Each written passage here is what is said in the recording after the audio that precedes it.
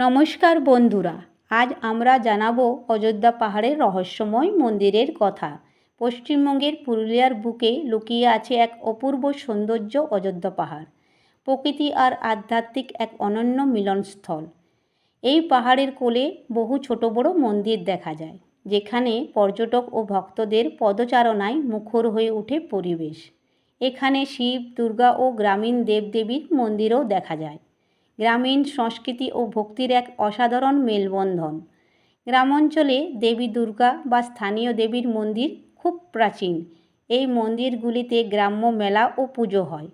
স্থানীয় আদিবাসীর সংস্কৃতি প্রভাবও লক্ষ্য করা যায়। অযোধ্যা পাহাড়ের অন্য এক আকর্ষণ হল মুরুগান মন্দির। দক্ষিণ ভারতীয় স্থাপত্যে তৈরি এই মন্দির পর্যটকদের বিশেষ আকর্ষণ করে। পাহাড়ের চূড়া থেকে সূর্যোদয় আর সূর্যাস্ত প্রকৃতির এক অন্যরূপ ফুটে ওঠে। সবুজ ঘেরা পাহাড়, নীল আকাশ ও শীতল বাতাস সব যেন স্বর্গীয় অনুভূতি। প্রকৃতি ও ঈশ্বর মিলেমিশে এক হয়ে গেছে। এছাড়া কিছু পবিত্র কুণ্ডও রয়েছে, যার সবচেয়ে জনপ্রিয় কুণ্ড হলো সীতাকুণ্ড।